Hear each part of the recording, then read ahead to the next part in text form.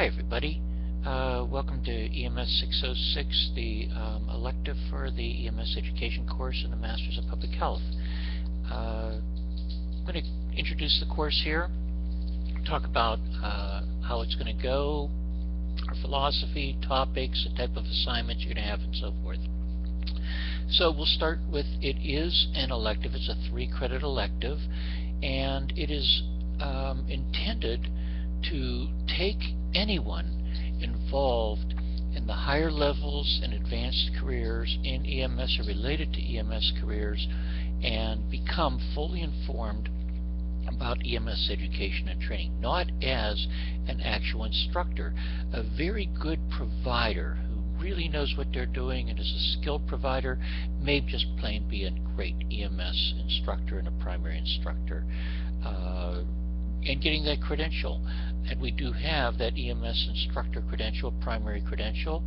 It's relatively inexpensive and straightforward in obtaining it. The key is that for this course, it's the agency directors, supervisors, leading people within the organization, and all the way down to everybody in the organization when you consider it. Let's say a new employee is coming in. What was their past training? What was their credentialing? How do you check the credentialing? How do you recognize, the validity of what they've done? They may be a great paramedic from the standpoint of great hands for an IV and a trachea intubation, reading a 12-lead EKG, and calculating the exact right drug dose and doing everything terrific with the psychomotor skills aspect. But how good are they with empathy and communication, sensitivities toward the family? How good are they with documentation and the written language, and how well will they represent themselves in a legal challenge? Or how good are they going to be in a QA team and in the community?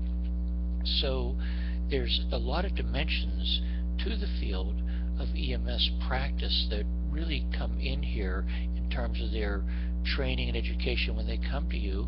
And are you going to have a preceptorship once they get there, where they're on probation maybe and doing field training work under a field training officer? And what should that standard be? How long should they be there? What are the costs of doing that? Down to, should your agency actually have an EMT or a paramedic program attached to it? Should you be doing training, and what are the costs and benefits of doing that?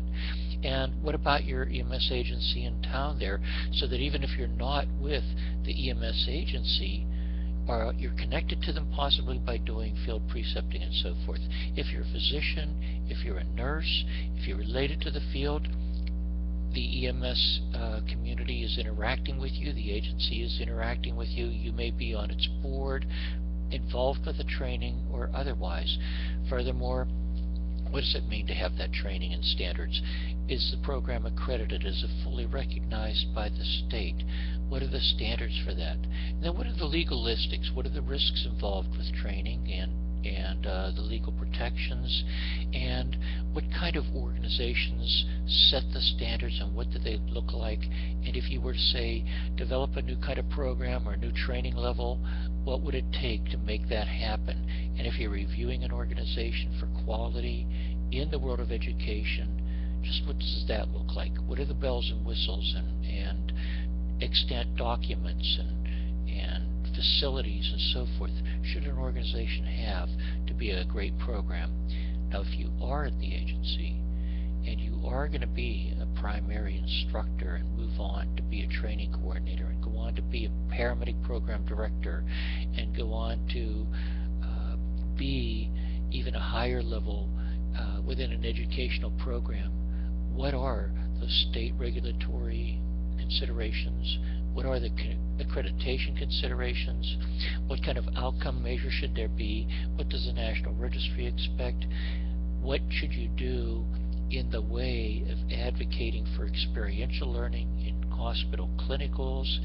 What about the substitution of simulated patients, high fidelity endotracheal simulations, high fidelity newborn resuscitation simulations, those kind of things?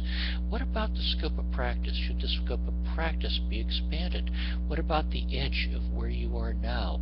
What about increasing the level of providers roles and expanding those roles and filling gaps in the communities where you're needing them? What about the assessment of the communities? What about overall financing of education and training? And how is it paid for? And there are better ways to pay for it. What should the fees be?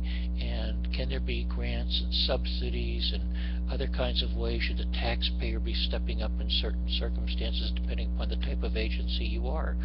So this is what this course is about, preparing you in the realm of standards and the organizational infrastructure and educational design and oversight and quality measures and the legalities and the regulatory factors in it, and just a complete foundation in being a leader and a manager and an active quality participant, stakeholder in the EMS education arena. That's our first start to the kickoff